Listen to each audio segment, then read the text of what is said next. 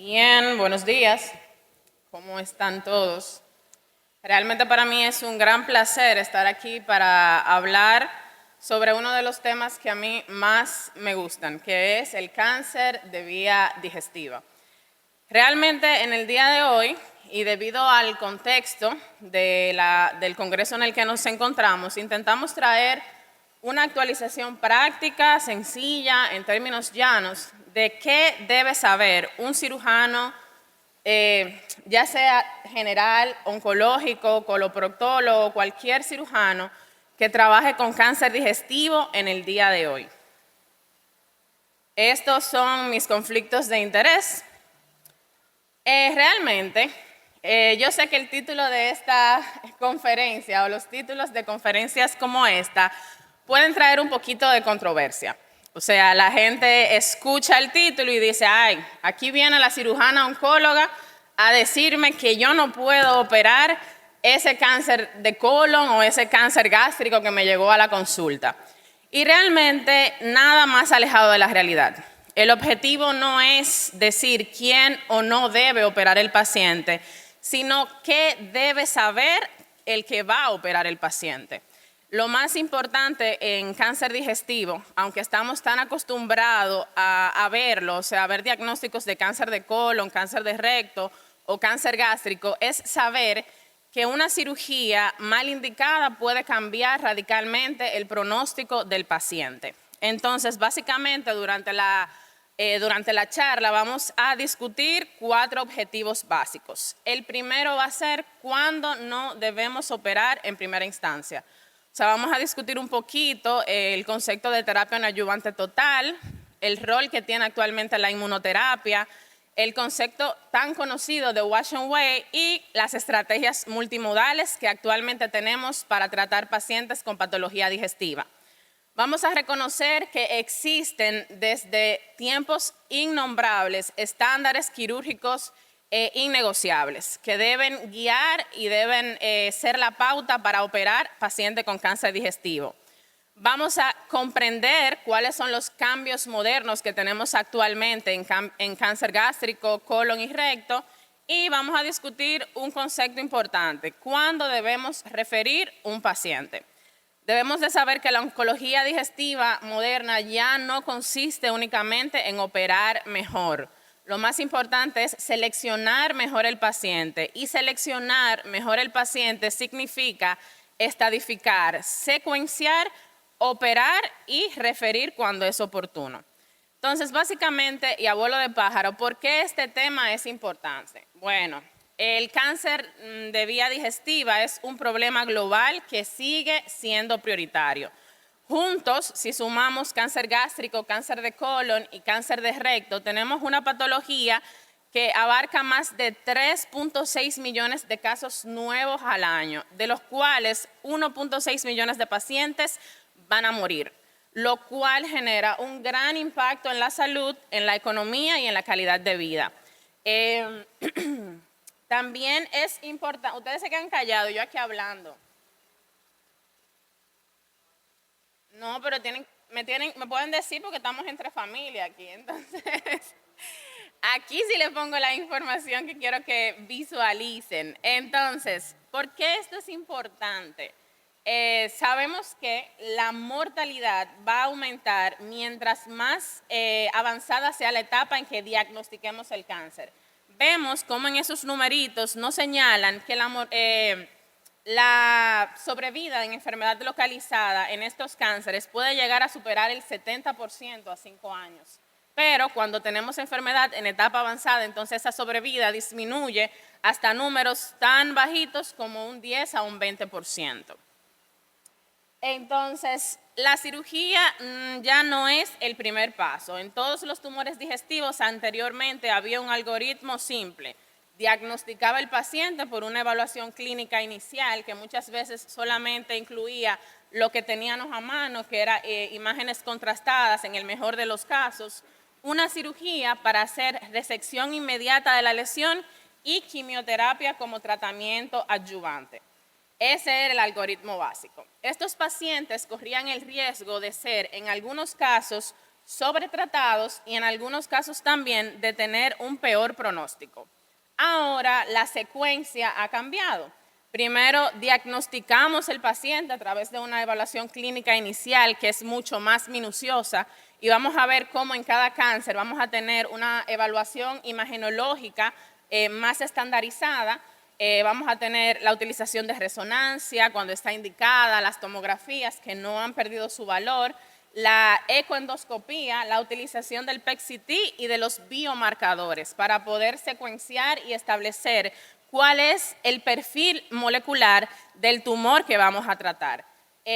Tenemos en algunos casos las aplicaciones de terapia sistémica, como en el cáncer de recto vamos a ver cómo ha surgido lo que es la terapia neoadyuvante total y en el cáncer gástrico el tratamiento perioperatorio y vamos a ver cómo la cirugía está seleccionada para el momento correcto en el paciente correcto.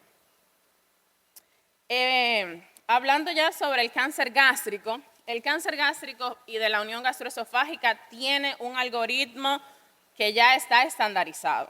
El estómago, todos como cirujanos lo conocemos por ser un órgano noble, de un fácil manejo quirúrgico, o sea, relativamente, porque tiene la capacidad de cicatrizar, de realizarse anastomosis, de una forma quizá técnicamente no compleja, dependiendo de la localización evidentemente del tumor. Y la unión gastroesofágica, que hasta hace unos años era para nosotros solamente un concepto, sabemos que actualmente tiene implicaciones terapéuticas, clínicas y pronósticas. Básicamente ese algoritmo se resume diciendo, bueno, si tienes un paciente que está en un estadio tan temprano como un T1A, que lamentablemente no es el grueso de la población que nosotros recibimos, entonces ese paciente es susceptible a una resección endoscópica.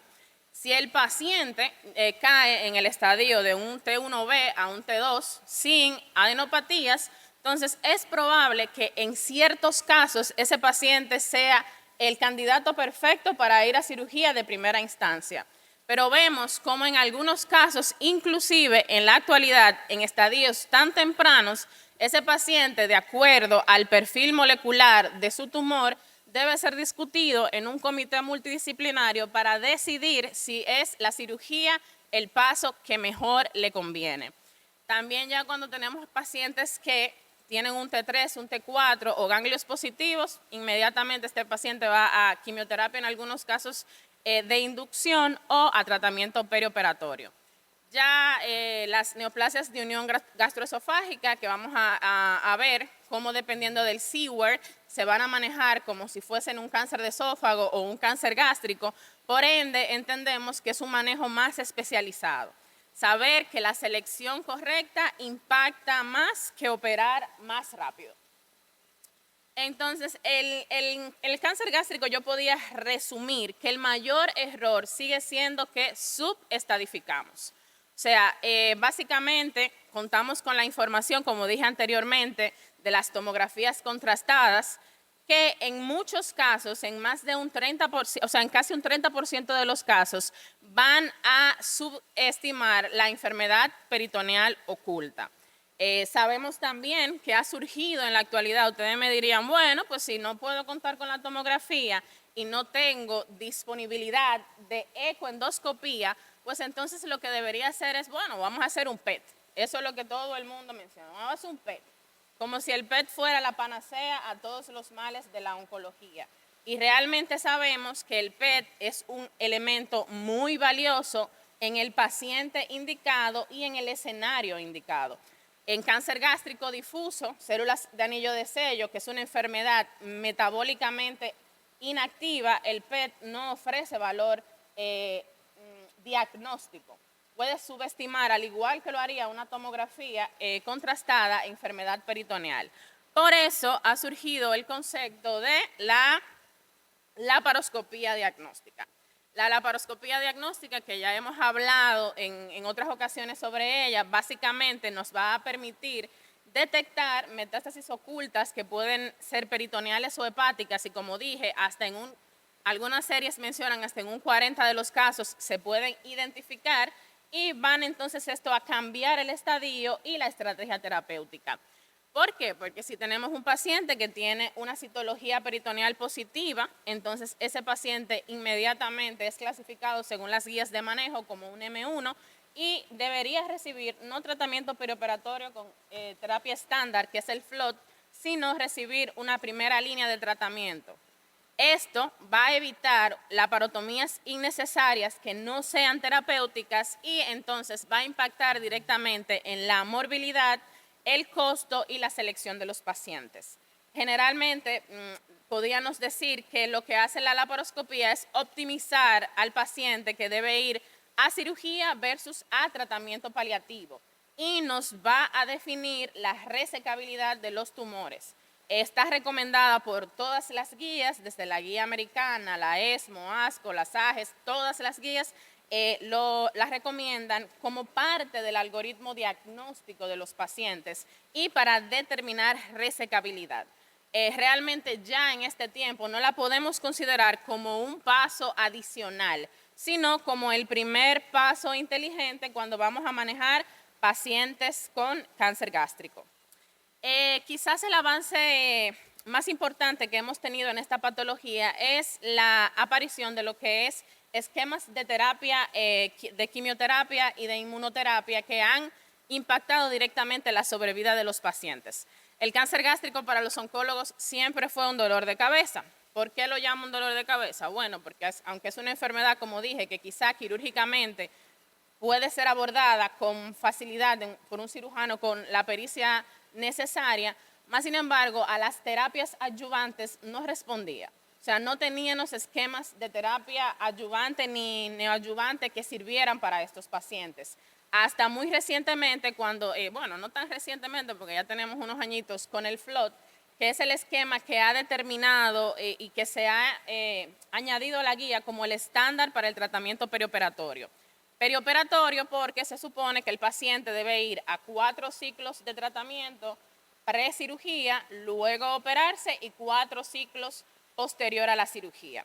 La cosa no se quedó ahí y entonces, además de tener nosotros lo que es el FLOT, surgió lo que es el estudio Matterhorn. En el estudio Matterhorn, entonces, añadimos al FLOT lo que es una molécula de inmunoterapia que es el durvalumab. El durvalumab, entonces, añadido a esta terapia, aumentó lo que es las tasas de respuesta patológica completa, la sobrevida libre de progresión y, por ende, la sobrevida global. El durvalumab es un anticuerpo anti-PDL1. También tenemos otro estudio que es el Keynote 585, donde hemos tenido resultados menos consistentes añadiendo en vez de durvalumab el pembrolizumab. Otro estándar importante en el cáncer gástrico y que todavía sigue generando controversia es la extensión de la linfadenectomía. La linfadenectomía debemos mencionar que aunque haya estudios que lo discutan en ciertos escenarios por el asunto de la morbilidad perioperatoria, sigue siendo el estándar oncológico. En algunos pacientes frágiles o con ciertas comorbilidades, el D1 ampliado podría ser la opción en escenarios seleccionados. Pero no solamente importa la extensión de la linfadenectomía, debemos también saber que los márgenes y la calidad de la pieza siguen siendo un concepto sine qua non. Una gastrectomía no siempre es una gastrectomía oncológica, si no tomamos en consideración la extensión de la linfadenectomía, la extensión de los márgenes en la pieza quirúrgica y también el R0. Entonces, en este escenario, si preguntaran cuándo debemos referir un paciente para que reciba un tratamiento estándar oncológico si no contamos en la Mata de Santa Cruz con los escenarios necesarios para poder operar ese paciente, bueno, yo lo resumiría de la siguiente parte y es lo que resume la evidencia. Cuando tenemos sobre todo pacientes Siewert 2 y 3 que probablemente ameriten o una esofagectomía con una anastomosis tipo Ivor-Lewis, dependiendo de la extensión del tumor hacia proximal, o en Siewert 3 cuando debemos confeccionar gastrectomías totales o una gastrectomía proximal con una reconstrucción compleja.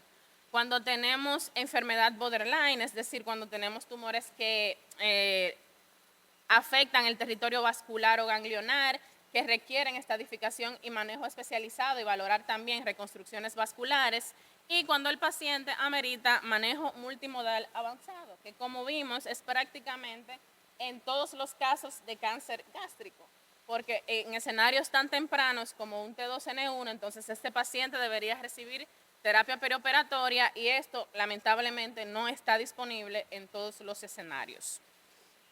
En cáncer de colon debemos mencionar que básicamente la técnica de la hemicolectomía es lo que sigue siendo relevante. Debemos saber que hay principios que no deben ser violados, no importa el escenario. Si tenemos escenarios de emergencia, si tenemos escenarios de diagnóstico incidental, esos principios no deben ser violados. Si son la resección en bloque, cuando hablamos de resección en bloque, entonces es la pieza quirúrgica con sus límites vasculares y el mesocolon extraído en una sola pieza. Ese mesocolon debe estar intacto y con una ligadura vascular central. Idealmente la cosecha ganglionar, que debería ser mayor a 12 ganglios, algunos mencionan que más de 18, aunque eso varía dependiendo del escenario, pero el principio que más me interesa transmitir es el hecho de que una mala resección no se va a corregir con quimioterapia.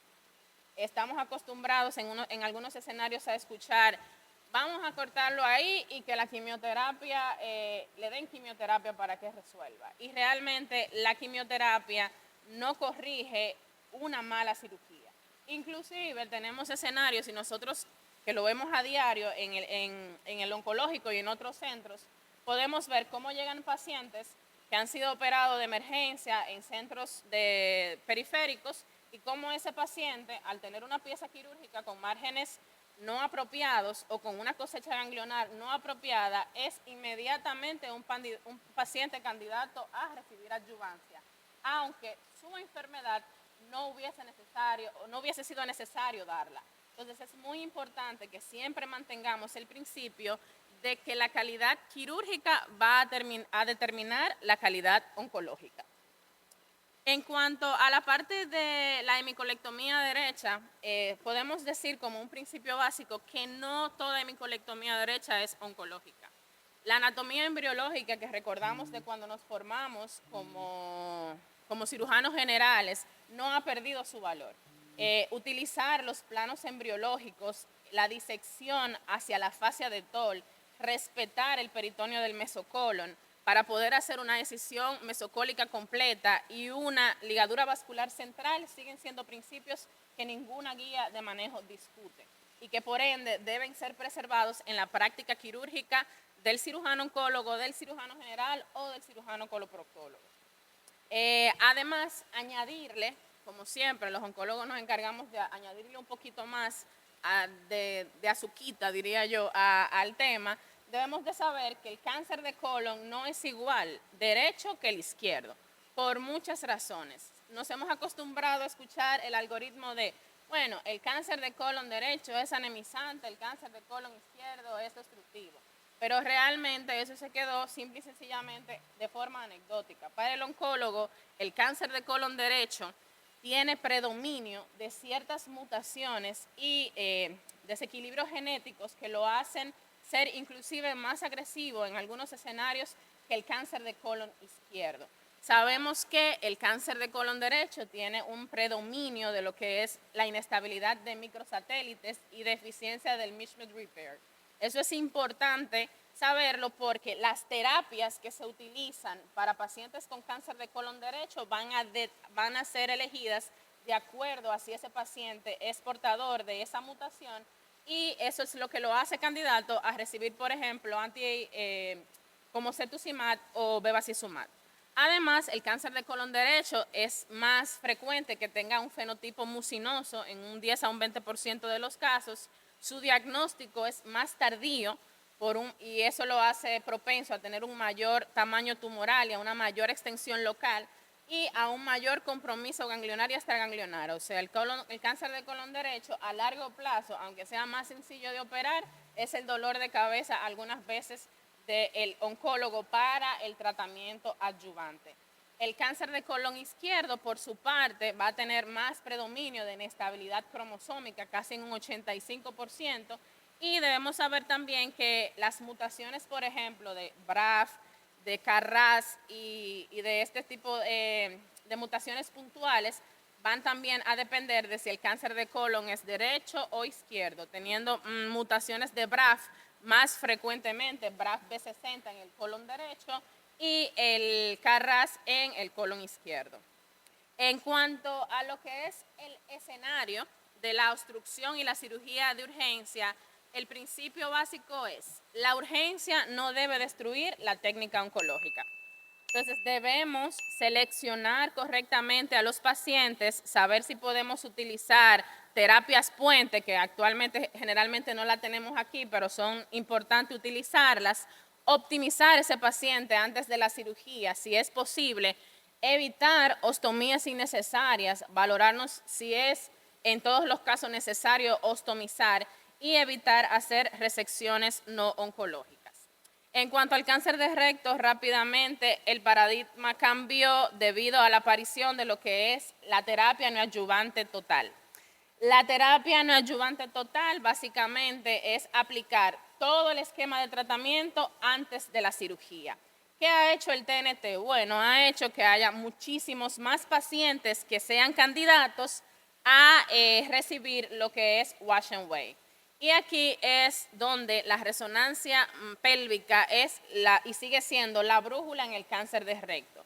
Debemos manejar conceptos como es la extensión hacia el mesorrecto, la invasión vascular, la distancia al margen anal y la infiltración de los tumores a los músculos elevadores.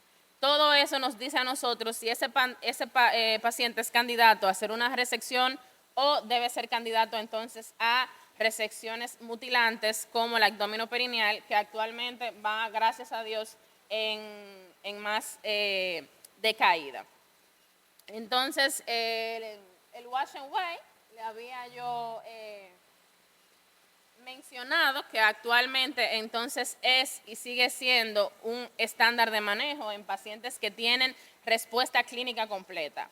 Wash and Wait no significa que nos vamos a olvidar del paciente y paciente vete porque está sano. Wash and Wait también es una estrategia de cuidado, no es ausencia de tratamiento, es seguimiento clínico correcto para vigilar y preservar el órgano. Lo más nuevo también que tenemos en cáncer de recto es utilizar Dostarlimab, que es un tipo de inmunoterapia que se utiliza cuando los pacientes de cáncer de recto tienen inestabilidad microsatelital. Hay varios estudios que están en curso con la utilización del Dostarlimab y hemos visto cómo los pacientes en la cohorte inicial que se manejó en el Memorial Sloan Kettering, esos pacientes fueron 12 y los 12 tienen 100% de respuesta clínica completa. Todavía los resultados de los estudios son muy inmaduros, pero ha cambiado esto, el paradigma, de manera importante en el cáncer de recto. Entonces, básicamente, para finalizar, las 3 decisiones que van a cambiar la supervivencia es estadificar correctamente, operar en el momento correcto y referir antes de perder la resecabilidad. Entonces, muchas gracias por su atención. Estoy dispuesta para preguntas y gracias por su tiempo.